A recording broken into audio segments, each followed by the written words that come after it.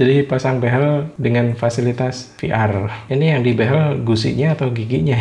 Behel model kemben melorot. Ya ini kayaknya ownernya ya, yang pakai handscoon atau sarung tangan, tapi pegang HP gitu.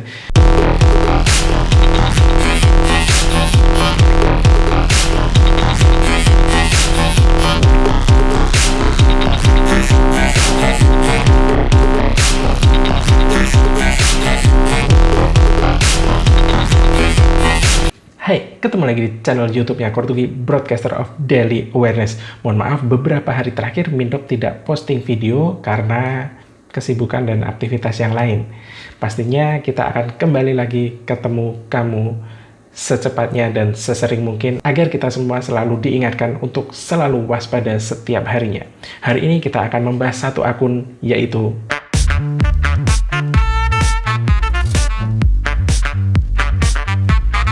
Titin Behel Shop. Behel Lintong Doksa SBB Lintong Nihuta Dolok Sanggo Si Borong-Borong. Bisa akunnya yang dipanggil ke rumah katanya. Nah, inilah cara baru kamu bisa mendatangkan penyakit ke rumahmu sendiri. Lebih akrab, lebih homey, lebih dekat, lebih friendly. Silakan jika ingin memanggil dan sudah bosan dengan kesehatanmu sehari-hari ini, kamu bisa panggil dia dan bisa datang ke rumah. Nah, ini highlightnya seperti ini, pasang behel di rumah. Yuk yang mau pasang behel cuma Sabtu Minggu kita stay di Dolok Sanggo ya. Nah, silahkan dihubungi. Nah ini ya, peralatan ditaruh di manapun, di sembarang tempat seperti ini akan menyebabkan kontaminasi ya. Jadi jangan dikira ya kontaminasi ini karena nggak kelihatan ya, kemudian diabaikan seperti itu. Nah, tahu-tahu hepatitis, tahu-tahu mencret, diare, kan itu kan ya bisa jadi risikonya karena alat-alat yang tidak steril ini, atau mungkin sudah disterilkan dengan cara dia sendiri, itu ditaruh di tempat yang tidak steril juga ya, sama aja gitu.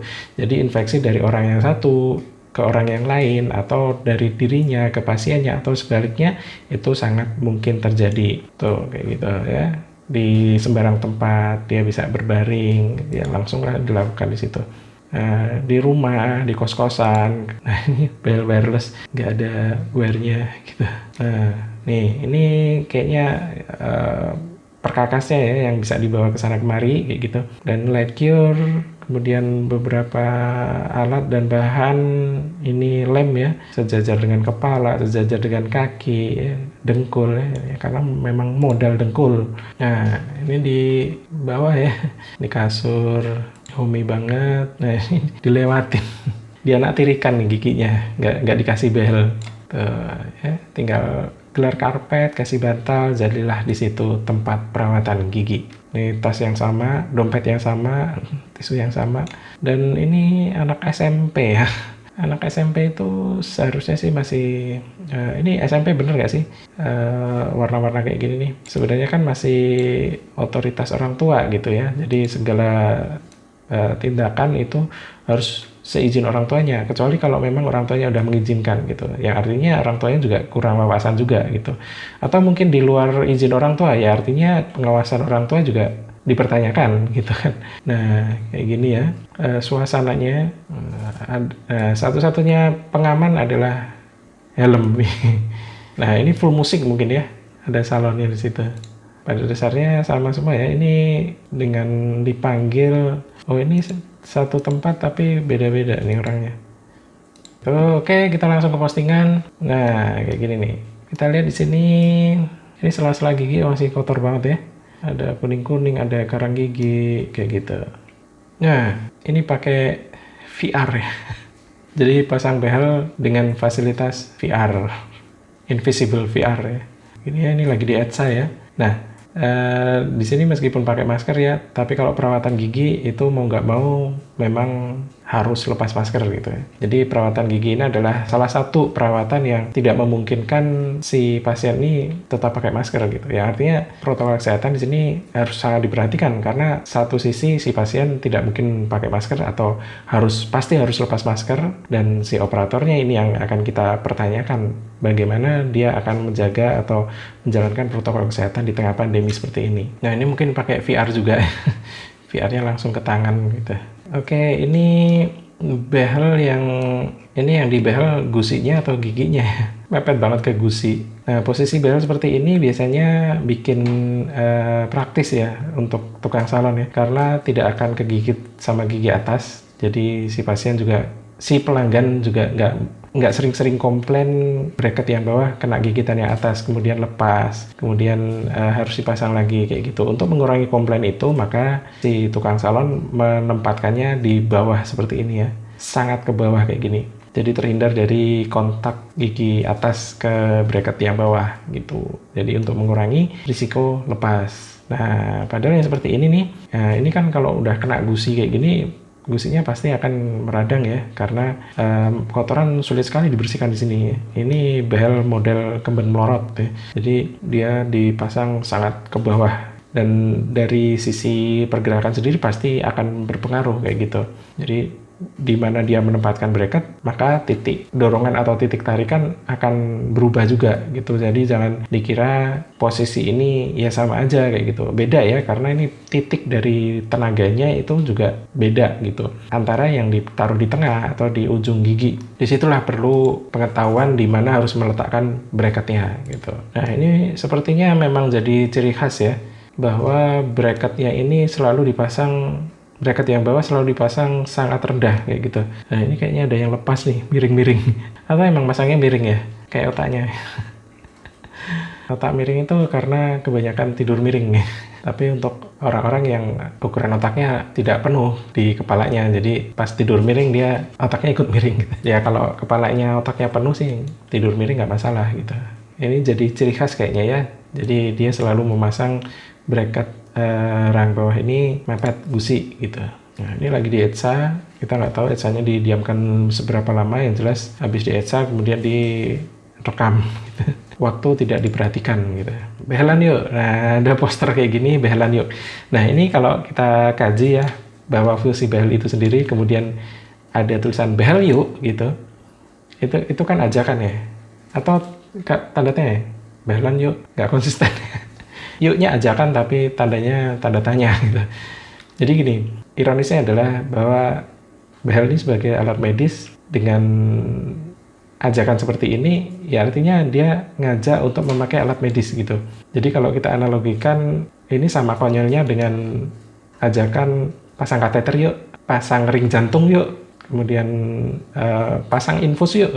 Kalau infus kayaknya masih relevan ya, karena banyak sekali infus whitening gitu kan.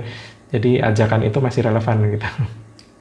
Meskipun ya sama begonya juga gitu.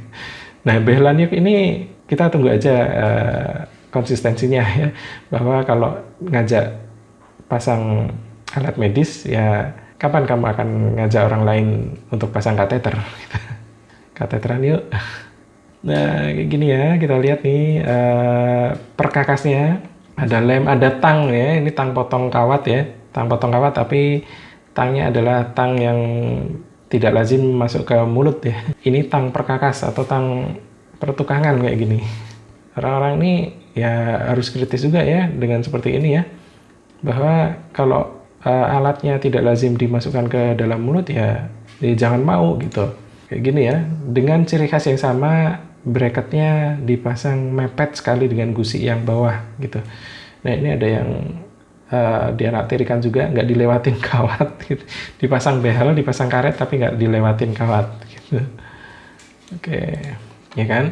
Nih, satu lagi nih, bukti bahwa memang ciri khasnya seperti itu. Ciri khas dari perilaku kebodohannya adalah seperti itu. Jadi diulang-ulang tanpa ada pemahaman soal itu gitu.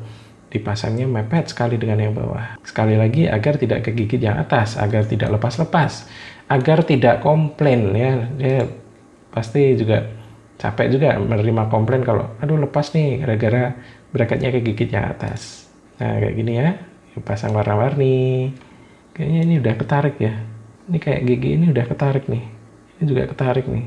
Habis dari power chain mungkin ya. Nah, ini ajakan kampanye behelan yuk. Jadi apa ya, orang Indonesia ini atau orang Asia ya.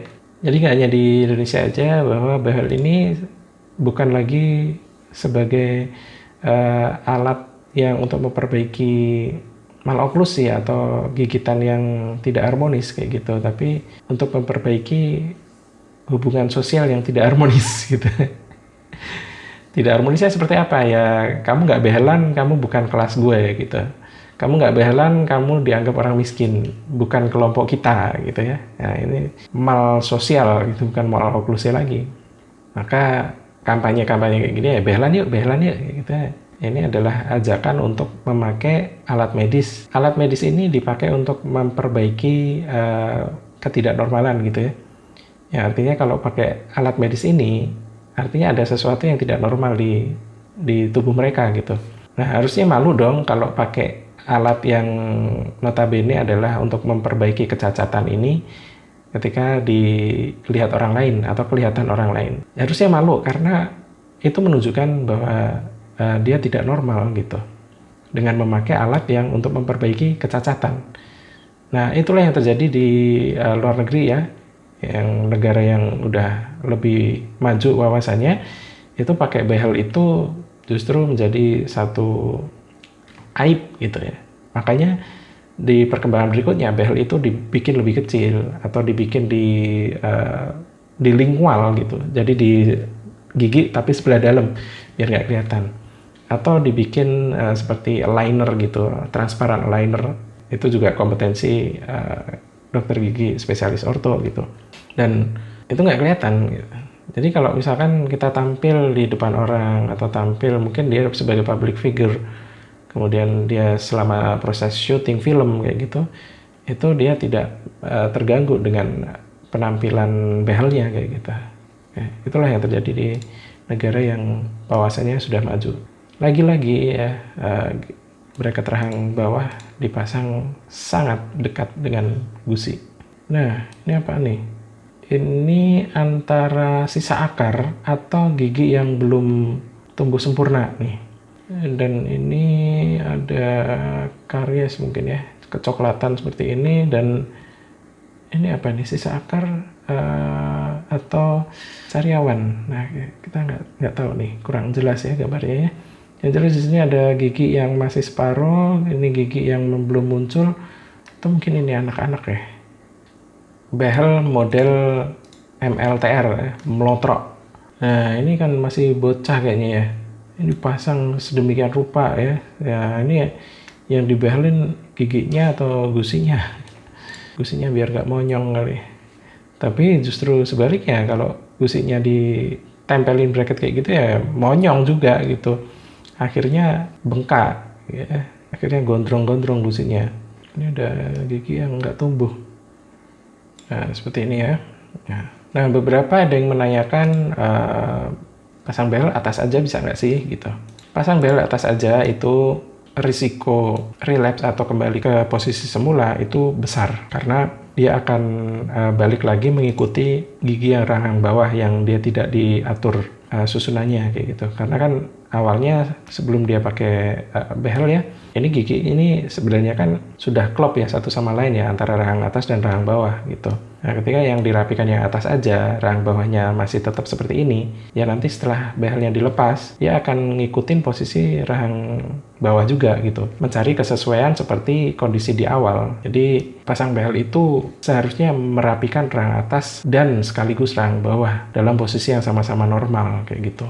Cuma kan kalau misalkan pasang atas aja, ya kecuali kalau ini sih tujuannya memang bukan untuk merapikan, bukan untuk kesehatan, tapi untuk gaya-gayaan gitu ya. Biasanya kalau budgetnya cekak, dia akan memilih pasang yang atas aja gitu. Bocil-bocil ya, masih bocah nih ya, pilih-pilih. Karet seperti ini jangan dikira sterilisasinya bisa diabaikan ya. Ini dipegang oleh orang lain, kemudian ditaruh di sini, dipegang lagi untuk dipilih kayak gitu, itu akan terjadi kontaminasi. Inikah ownernya? Ya ini kayaknya ownernya ya, yang pakai handscone atau sarung tangan, tapi pegang HP gitu. Ya HP-nya harus dipegang karena untuk mendokumentasikan kan gitu. Nah ini ya tadi ya, pemasangan behel surround sound ya. Mungkin sebelum pasang behel nih ada intro dulu ya, all around you gitu.